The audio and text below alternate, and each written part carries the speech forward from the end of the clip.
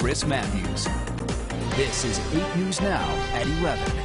A global scramble is underway to identify and perhaps replicate unidentified mystery material that's been collected in multiple sites around the world. A few of the samples have defied analysis by leading scientists who say they don't know how the material was engineered or why or by whom.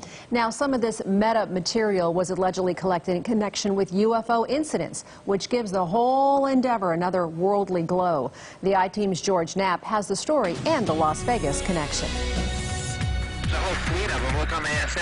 For years, the Pentagon secretly studied the seemingly impossible abilities of unknown craft captured in these military videos. Scientists now want to know if the materials used in these mystery aircraft allow them to do what they do. For years, one of the secret studies was carried out by BASS, a Las Vegas operation hidden within Bigelow Aerospace. Documents first reported by the I-Team show that BASS landed a contract with the DIA, and one of the objectives was to study so-called metamaterials, as well as futuristic technologies. It was a multi-layered bismuth and magnesium sample.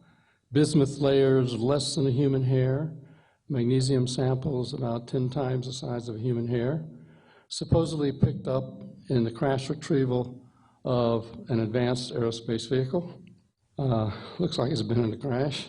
In Las Vegas back in June, physicist Hal Puthoff came pretty close to saying that this weird wedge of metamaterial came from a crashed saucer, but he can't know for sure. Puthoff and his colleague Dr. Eric Davis are on the cutting edge of attempts to identify an assortment of bits and pieces that are seemingly beyond anything we can create. This one sample is engineered in layers thinner than microns through a process unknown on Earth and for a purpose we can only guess. Nowhere could we find any evidence that anybody ever made one of these. When we talked to people who, in the materials field, who should know, they said, we don't know why anybody would want to make anything like this. Astrophysicist Dr. Jacques Vallée has been analyzing mystery metals since the 80s, often using the technical expertise of Stanford University and Silicon Valley to unravel unknown samples acquired from all over the world. Vallée pointedly steers clear of any military funding, and he shared his findings at public conferences.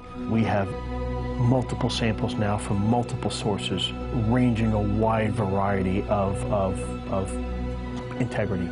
These days, former intelligence officer Lou Elizondo helps to collect and protect unknown chunks for the To the Stars Academy. Before that, he ran ATIP, the Pentagon's secret UFO study, the same one which released the now famous videos. This summer, To the Stars launched ATOM, its own effort to find and study pieces of material that may have been stashed away for decades after being retrieved from the sites of close encounters. Elizondo says there are legitimate reasons why the military and now private groups are in a race to figure out these materials. What our internal efforts are to potentially, I'm not saying we're doing this, maybe replicate that technology or to reverse engineer that technology, right? Now you're getting into some sensitivities that you don't necessarily want everybody to be privy to. George Knapp, 8 News Now.